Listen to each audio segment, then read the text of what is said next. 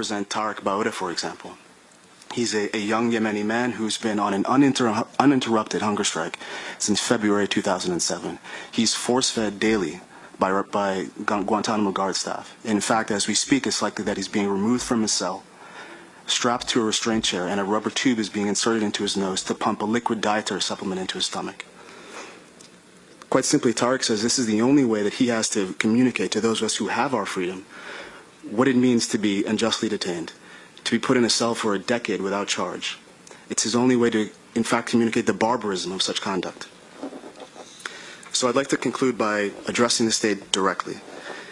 In light of the moral challenge that Tariq Bauda and the other prisoners at Guantanamo present, in light of the existential torment that indefinite detention creates for Guantanamo prisoners and the physical risks that it poses, in light of the fact that the state itself has conceded that more than half of the prisoners the state no longer has an interest in detaining through the clearances that my colleague just described, in light of the fact that 9 prisoners have died at Guantanamo in U.S. custody, and after 11 years, when is enough enough? I addressed on behalf of my organization, Physicians for Human Rights, which uses medicine and science to advocate for human rights. I was addressing the psychological and physical consequences of indefinite detention at Guantanamo.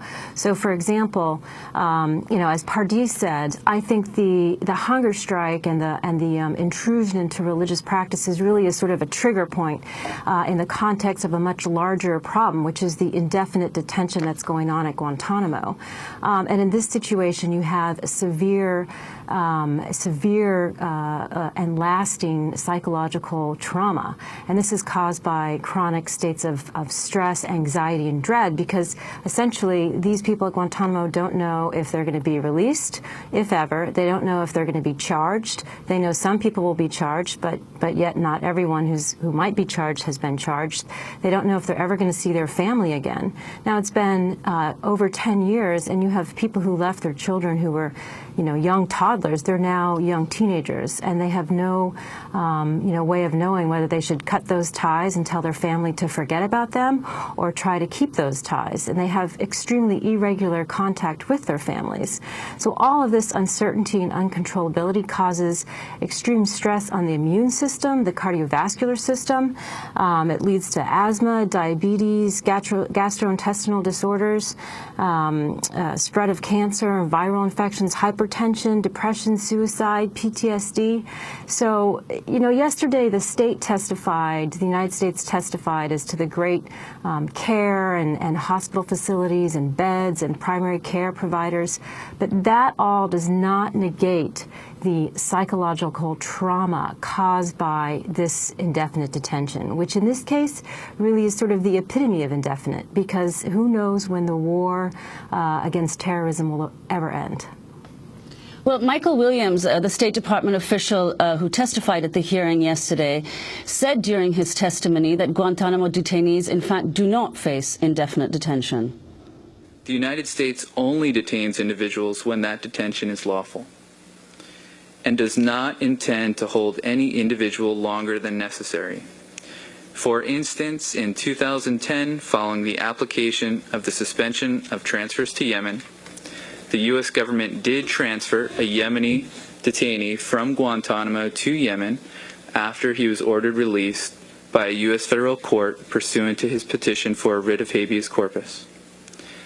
The U.S. government is acutely aware that the majority of detainees at Guantanamo are Yemeni nationals, and recognizes the need to identify solutions for that population as part of our broader transfer efforts. Christine, that was Michael Williams of the State Department testifying Tuesday. Could you comment on what he said about indefinite detention? Yeah, well, I think it's a bit of an outright lie to say that they're not being held in indefinite detention. As I just mentioned, they're claiming the right to hold these men until the war on terrorism is over, until the hostilities have ended. The hostilities, they claim, are against al-Qaeda and associated forces. So realistically, what does that mean? It could mean 10 years from now, 20 years from now, it could mean never. Maybe we'll always have terrorism. I suspect we will. So I'm sorry, that's just an unrealistic view of what that means. Guantanamo is the epitome of indefinite detention, as is this sort of war on terrorism. Pardon, Bry, if I was wondering if you can weigh in here on that.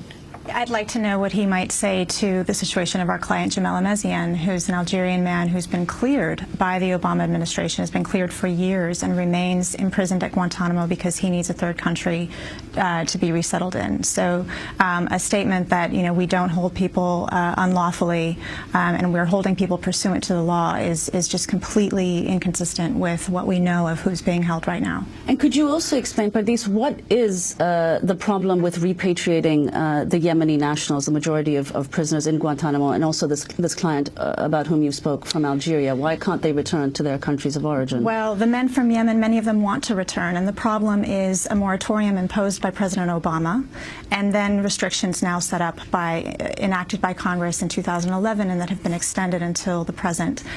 Those restrictions have nothing to do with the individual circumstances of individual Yemeni people at Guantanamo. They have to do with a blanket ban on people on their return to their home countries because of their country of origin. It has nothing to do with individual circumstances. So the problem has really been set up by President Obama and now Congress. That doesn't mean those problems are insurmountable. President Obama, if there's will, if there's political will, there will be a way. The administration has said that it intends to close Guantanamo, that it is still committed to that, and it still can do that. I have a Yemeni client who was transferred days before the moratorium went into effect. He was cleared.